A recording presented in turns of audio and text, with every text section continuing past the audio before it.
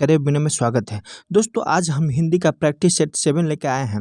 इससे पहले 6 practice set हो चुका है। अगर आप अभी तक नहीं देखे हैं तो इसका प्लेलिस्ट बना हुआ है। दोस्तों अगर आपको पीडीएफ चाहिए तो टेलीग्राम से जुड़िए, पीडीएफ वहाँ अवेलेबल है। दोस्तों हिंदी का मैं 12 वीडियो अपलोड किया हूँ, जैसे 3 उपन्यास, कहानी, काव्य विधि की कवि, सभी के बारे में जो है फुल डिटेल्स और उससे जो भी ऑब्जेक्टिव क्वेश्चन बनता है उसको हम लोग इस चैनल पर अपलोड किए हैं। तो इससे अभी तक आप नहीं जुड़े हैं तो ज़रूर जुड़िए, आपको ज़रूर बेनिफिट होगा।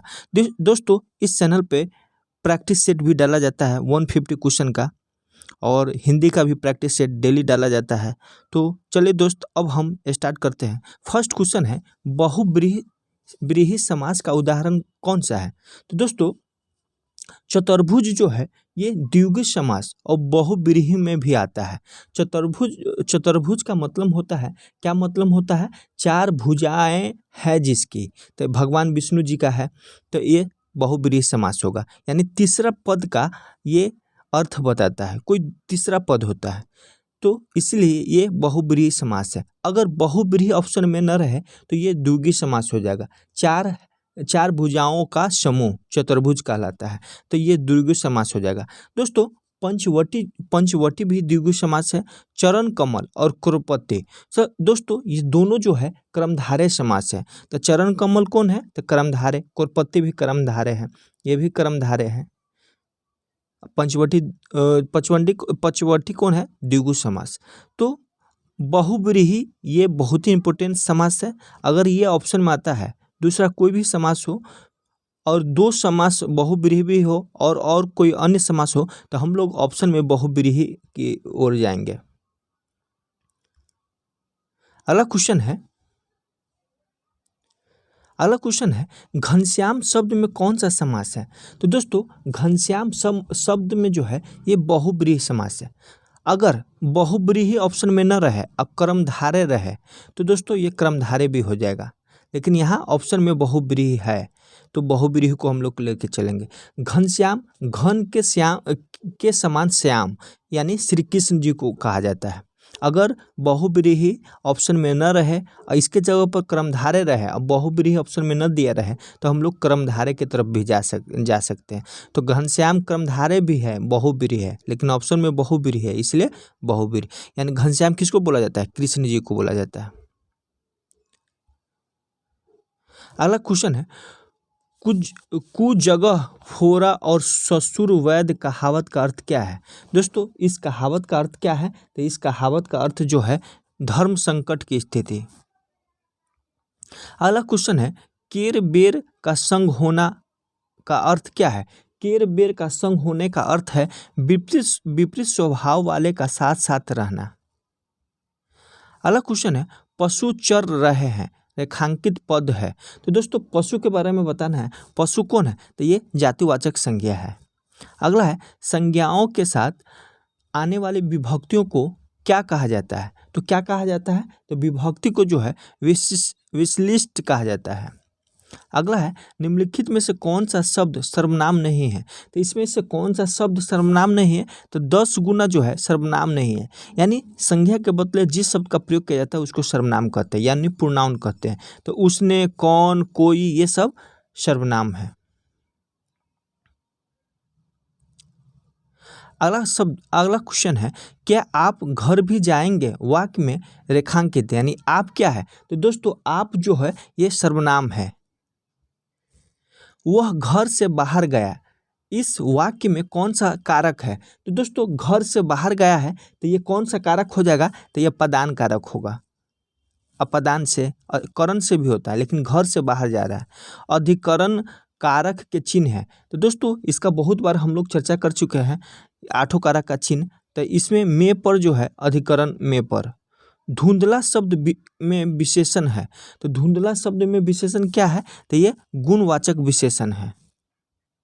अगला है काला घोड़ा तेज दौड़ता है, इसमें क्रिया विशेषण क्या है? दोस्तों क्रिया विशेषण को एडवर्ब बोला जाता है। तो एडवर्ब कौन हो जाएगा इसका?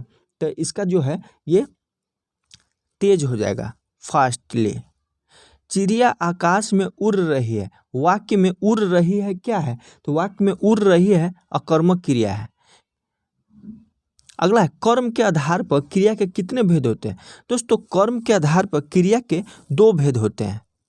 कौन कौन? अकर्मक क्रिया और सकर्मक क्रिया। अकर्मक क्रिया में क्या होता है, क्रिया का फल जो है डायरेक्ट यानी सीधा कर्ता पे पड़ता है, और सकर्मक क्रिया क्या होता है, ये क्रिया का जो फल होता है कर्म पे पड़ता है, वो जिसको सकर्मक कहते हैं। अगला है हिंदी के अंतर्गत कुल कितनी बोलियां है। दोस्तों हिंदी के अंतर्गत जो है कुल 18 बोलियां है, और इसमें जो है 5 जो होता है 5 उपभाषा है। हिंदी के अंतर्गत 5 उपभाषा है और 18 बोलियां है। तो 5 उपभाषा कौन है, तो पूर्वी हिंदी में कौन कौन आ जाता है, बघेली, छत्तीसगढ़, अवधी, ये पूर्वी हिंदी में आता है। दोस्तों पश्चिमी हिंदी में क्या आता है, तो पश्चिमी हिंदी में जो है ये क्या आता है, ब्रज भाषा आता है, खड़ी बोली आता है, बुंदेलखंडी आता है, कन्नौजी आता है, बंगारू आता है। दोस्तों फिर एक होता है बिहारी हिंदी। बिहारी हिंदी में मैथिली, मगही, भोजपुरी आता है। फिर आता है राजस्थानी हिंदी। तो राजस्थानी हिंदी में जो है मेवाती आ जाता है, मारवाड़ी आ जाता है, जयपुरी आ जाता है, मालवी आ जाता है। ये सब जो है राजस्थानी हिंदी है।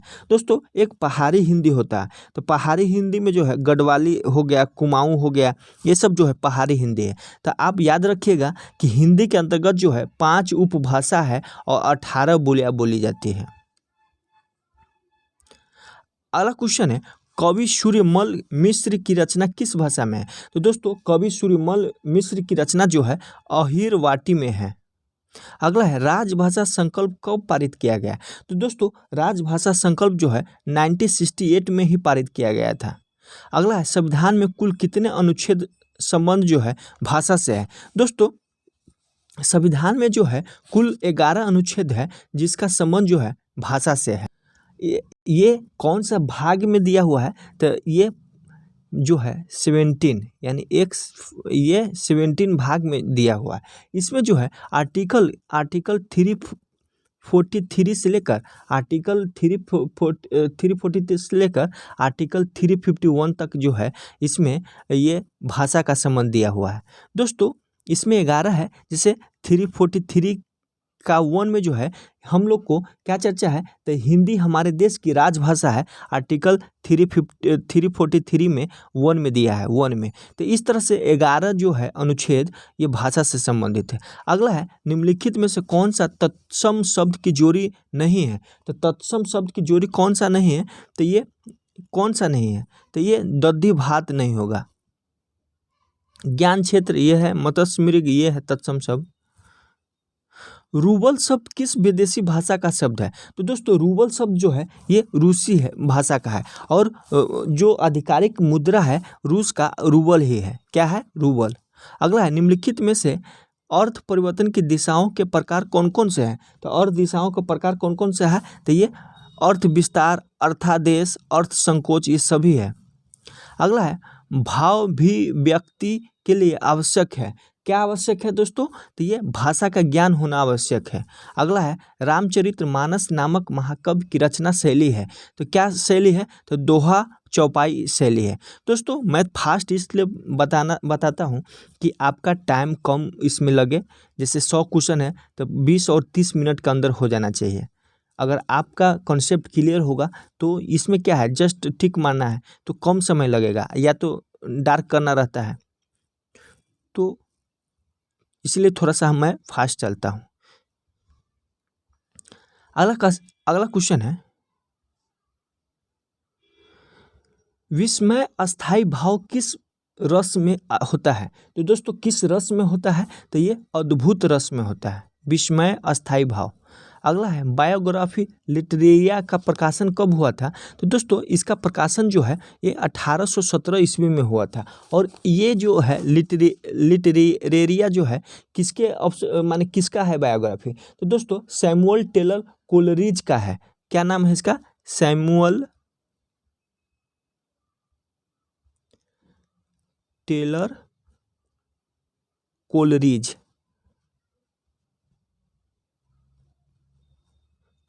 का है।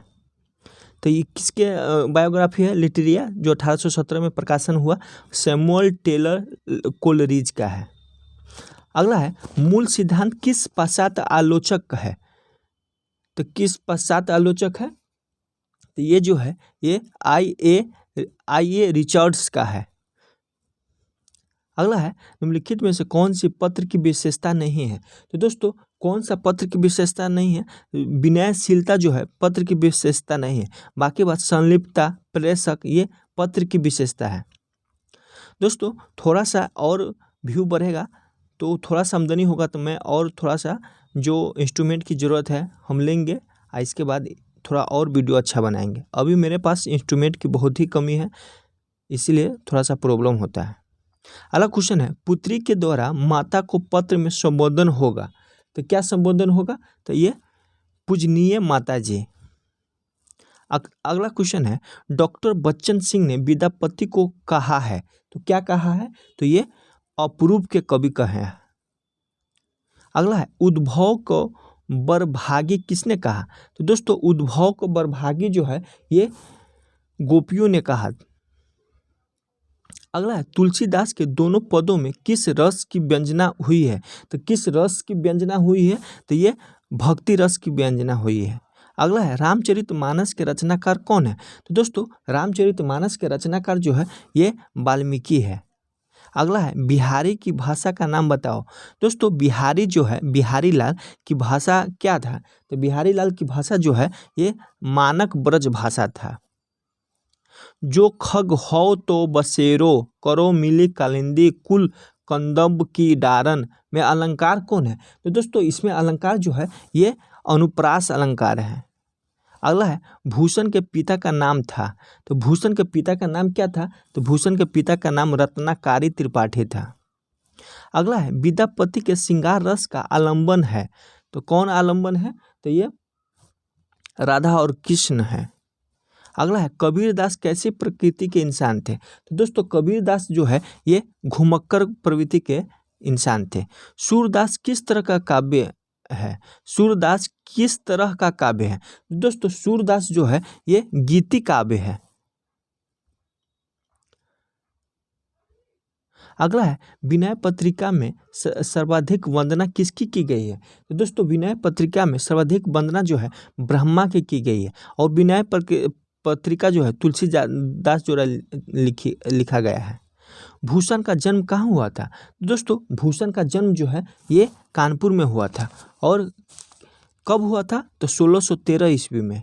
और इस जगह का नाम क्या था? तिकवापुर है। तिकवापुर में हुआ था जो कानपुर में। अगला क्वेश्चन है हम तो एक एक करी जाना पद में ईश्वर के प्रतीक के रूप में किसे माना है? तो किसे माना है? तो ये कुम्हार को माना है। अगला है हारिल पक्षी से किसकी तुलना की गई है? दोस्तों हारिल पक्षी से जो है गोपियों की तुलना की गई है। अगला है भारतेंदु हरिश्चंद्र ने किस पत्रिका का प्रकाशन किया था? तो भारतेंदु हरिश्चंद्र ने बाल बोधनी, कवि सुधा, हरिश्चंद्र मैगजीन ये सभी का प्रकाशन किया था। अगला है भारतेंदु का जन्म कहाँ हुआ था? तो दोस्तों भारतेंदु का जन्म जो है ये काशी यानी बनारस में हुआ था। अगला है 1946 में हिंदी साहित्य सम्मेलन ने उन्हें किस उपाधि से सम्मानित किया? तो किस उपाधि से सम्मानित किया था? तो ये साहित्य वाचस्पति की उपाधि। अगला क्वेश्चन है मैथिली शरण गुप्त की प्रथम काव्य कृति क्या है? तो प्रथम काव्य कृति जो है रंग में भंग है। अगला है निराला की रचना का प्रौढ़ काल कहाँ जा सकता है? तो कहाँ जा सकता है? तो निराला का रचना का प्रौढ़ काल जो है ये 1935 से 1938 तक जा सकता है। तो इसका 1935 से 1938 तक जा सकता है। आजीविका चलाने के लिए निराला जी के पास केवल क्या था? तो केवल जो है साहित्य साधना था। अगला है पंत जी को कविता करने की प्रेरणा कहाँ से मिली है? तो दोस्तों कहाँ से मिली है? तो ये प्रकृति से मिली है, प्रकृति से। कृतज्ञता शीर्षक संक्षिप्त कविता किसकी है? तो किसकी कविता है? तो ये पंत जी का है। अगला है महादेवी वर्मा का विवाह किसके साथ हुआ है? तो स्वरूप नारायण वर्मा के साथ हुआ है। अगला है वर्मा जी को उनकी किस कृति पर ज्ञानपीठ पुरस्कार मिला है? तो किस कृति पर ज्ञानपीठ पुरस्कार मिला है? तो दोस्तों ये यमा है।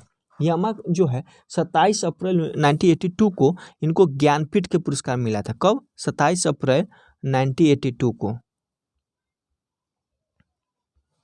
अगला है छायावादी कवियों की भावना प्रणय के क्षेत्र में कैसी है? तो दोस्तों छायावादी कवियों की भावना प्रणय में जो है ये कैसी है? तो प्रेम भावना है। प्रणय जो है प्रेम भावना की प्रणय है।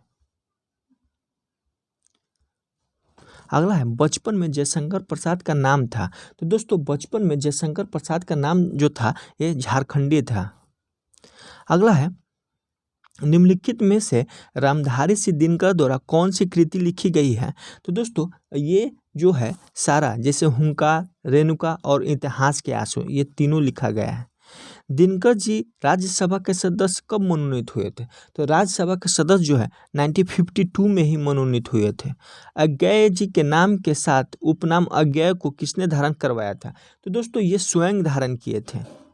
अगला है अज्ञेय किस वाद के प्रणेता थे? तो किस वाद के प्रणेता थे? तो ये प्रयोगवाद के प्रणेता थे। अगला क्वेश्चन है नागार्जुन मैथिली में किस नाम से कविता लिखते थे? तो किस नाम से कविता लिखते थे? यात्री के नाम से कविता लिखते थे। एक युग निराला समीक्षात्मक कृति के रचनाकार कौन है? तो ये इसका रचनाकार जो है नागार्जुन जी है। अगला है निम्नलिखित में से कौन सी रचना सर्वेश्वर दयाल सक्सेना की है? तो कौन सी रचना सर्वेश्वर दयाल सक्सेना की है? तो ये सभी हो जाएगा। सोया हुआ जल, पागल कुत्तों का मसीहा, सुने चौखटे, ये सभी है।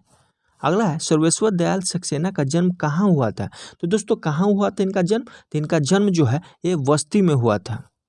अगला है धूमिल को 1979 में मरणोपरांत किस पुरस्कार से सम्मानित किया गया था? तो किस पुरस्कार से सम्मानित किया गया था? तो साहित्य अकादमी पुरस्कार से सम्मानित किया गया था।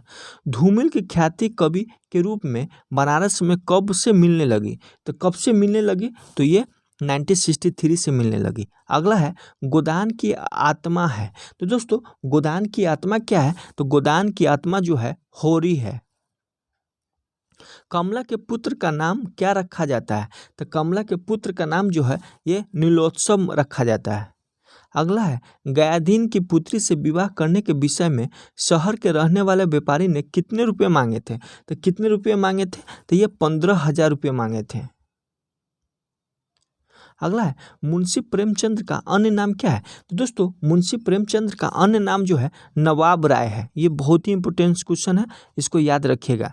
नवाब राय जो है मुंशी प्रेमचंद का अन्य नाम था। गांव के लोग किसके लिए इच्छा मृत्यु से मरने की बात कही थी? तो किसके लिए? तो महंत साहब के लिए। अगला है राग दरबारी में कौन सा पात्र अपनी आटा चक्की गाना सुनाने के लिए प्रसिद्ध है? तो कौन सा पात्र? मास्टर मोतीराम। दोस्तों राग दरबारी हो गया, मैला अंचल हो गया और आपको बता दें गोदान हो गया। ये तीनों उपन्यास को जो है मैं बहुत ही अच्छा से आपको क्या बताते हैं, कहानी के रूप में बताए हैं। और जब आप कहानी एक बार सुन लेते हैं तो आपको पूरा याद हो जाता है। उसमें सारा ऑब्जेक्टिव क्वेश्चन भी कराए हैं बहुत अच्छा से। तो आप जरूर देखिए उपन्यास का। अगर 5-6 क्वेश्चन भी पूछता है तो आप तीनों वीडियो देख लीजिएगा, तो पक्का है कि उसको आप सही कर देंगे पूरा। अगला क्वेश्चन है भारत दुर्दशा नाटक का अमूर्त पात्र है। तो क्या अमूर्त पात्र है? तो ये मदिरा, आलस्य, अंधकार, तीनों अमूर्त पात्र है। इनमें से नाटक सम्राट के नाम से किसे जाना जाता है? तो नाटक सम्राट के नाम से जो है ये जयशंकर प्रसाद जी को जाना जाता है। अगला है महेंद्र नाथ की पत्नी का क्या नाम था? दोस्तों महेंद्र नाथ की पत्नी का नाम सावित्री थी।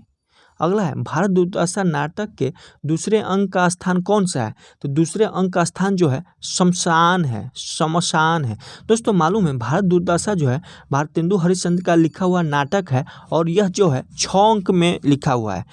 कितने अंक में? 6 अंक में। 1875 में प्रकाशन हुआ था। अगला है शकराज किसे अपनी प्रेयसी बनाना चाहता है? तो किससे प्रेयसी बनाना चाहता है? तो ये जो है ध्रुव स्वामी क्यों। अगला है मोहन राकेश का आधू अधूरे नाटक कब प्रकाशित हुआ? तो कब प्रकाशित हुआ था? तो ये 1969 में प्रकाशित हुआ। राम जी कौन था? दोस्तों राम जी जो है ये शराबी का साथी था। अगला है ठाकुर पाठ में लेखक के अनुसार ठाकुर के दरवाजे पर कितने बेफिक्र जमा थे? तो कितने बेफिक्र जमा थे? तो ये 10-5। दोस्तों ये ठाकुर का कुआं है और ये भी मैं कहानी बहुत ही अच्छे से पढ़ाया हूँ। जब जब उसकी पत्नी पानी लेने जाती है तो उस समय जो है 9 बजे रात को कुआं के पास 10 से 5 आदमी जो है अनुमान लगा कर ही बोलती है कि 10 से 5 लोग वहाँ पे रहता है और वो चले जाते हैं तब पानी लेने जाता है। जब पानी लेने कुआं में जाता है तो डर से क्या है पानी क्या बोलते हैं बर्तन गिर जाता है।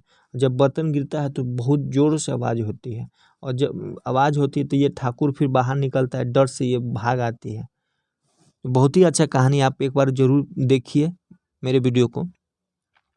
अगला है निर्मल वर्मा की कहानी में निरूपित हुई है। तो क्या निरूपित हुई है? तो ये व्यक्तिगतता, रहस्यात्मकता, जीवन जगत, ये तीनों। अगला है परिंदे शीर्षक कहानी में किसकी अभिव्यक्ति हुई है? तो किसकी अभिव्यक्ति हुई है? व्यक्ति की मन स्थिति को। अगला है सेठ दीवानचंद कहाँ के मशहूर एवं लोकप्रिय बिजनेसमैन थे? तो कहाँ के मशहूर बिजनेसमैन थे? तो ये करोल बाग के थे। अगला है गजाधर बाबू कितने साल की नौकरी के बाद रिटायर होकर घर जा रहे थे? तो ये जो है 35 साल का, रिपीट क्वेश्चन है, पहले भी आया हुआ है। ज्वाला जो जाति का अहीर था उसके कितने बच्चे थे? तो कितने बच्चे थे? तो उसको जो है 2 बच्चे थे। अगला है रंजीत ने अपना सामान कहाँ पर छोड़ रखा था? तो कहाँ पर छोड़ रखा था? तो ये मिस पाल के घर छोड़ रखा था। अगला है राम जी ने शराबी को क्या हटाने को कहा? तो क्या हटाने को कहा? तो ये सान धरने की काल को। अगला है जोखू की पत्नी का नाम क्या है? जोखू की पत्नी का नाम जो है क्या है? तो ये गंगी है। दोस्तों यही जोखू और गंगी है। जोखू बीमार रहता है तो यही पानी लाने जाता है ठाकुर के कुआं में। छत्रवास के नौकर का नाम क्या है?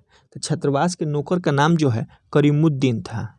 अगला है लेखक के बगल वाले कमरे में कौन अपने जूते पॉलिश कर रहा था? तो कौन जूते पॉलिश कर रहा था? अतुल मवानी। अगला है वापसी किसकी कहानी है? वापसी जो है किसकी कहानी है? तो ये उषा प्रियवादा की कहानी है। रुपये का कितना शेयर मिलता था? तो रुपये का कितना शेयर मिलता था? तब 12-14 शेयर मिलता था। अगला है 2 आदमियों का खाना है भी या दोनों को ही भूखे रहना पड़ेगा, यह कथन किसका है? दोस्तों यह कथन जो है ये रंजीत का है।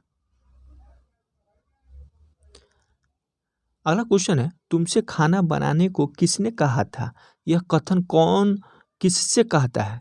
तो दोस्तों यह कथन जो है ये नरेंद्र ने बसंती से कहा। कविता कौमुदी के संग्रह करता है।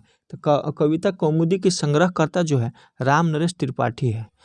जयचंद प्रकाश के रचनाकार है। तो जयचंद प्रकाश के रचनाकार जो है श्रीधर है। अगला है कीर्तिलता किस भाषा की रचना है? तो किस भाषा की रचना है? अवहट भाषा की। अगला क्वेश्चन है निम्नलिखित में से कौन निर्गुण भक्ति धारा का कवि नहीं था? तो इसमें से कौन है जो निर्गुण धारा का नहीं था? तो ये मीरा जो है। बाकी कबीर, नानक और जायसी जो है निर्गुण भक्ति धारा के कवि थे। अगला क्वेश्चन है निम्नलिखित में से कौन सा भीष्म साहनी का नाटक नहीं है? दोस्तों अंधा युग जो है भीष्म साहनी का नाटक नहीं है। अगला क्वेश्चन धरती धन ने अपना उपन्यास के लेखक है। तो ये जगदीश चंद्र है। अगला है गली आगे मूर्ति है के लेखक कौन है? तो इसका लेखक जो है शिव प्रसाद सिंह है। अगला है शिकार संबंधी रोचक निबंधों के रचनाकार कौन है? तो दोस्तों इसके रचनाकार जो है श्री राम शर्मा है। तो दोस्तों आज हम 100 क्वेश्चन कराए हैं। इसका भी डेली प्रैक्टिस सेट आ रहा है। दोस्तों अगर अच्छा लगता है तो आप चैनल को ज़रूर सपोर्ट कीजिए और चैनल से ज़रूर ज्वाइन होइए। चलिए दोस्त फिर हम लोग नेक्स्ट प्रैक्टिस सेट में देखेंगे। थैंक यू और शेयर ज़रूर कीजिए दोस्त।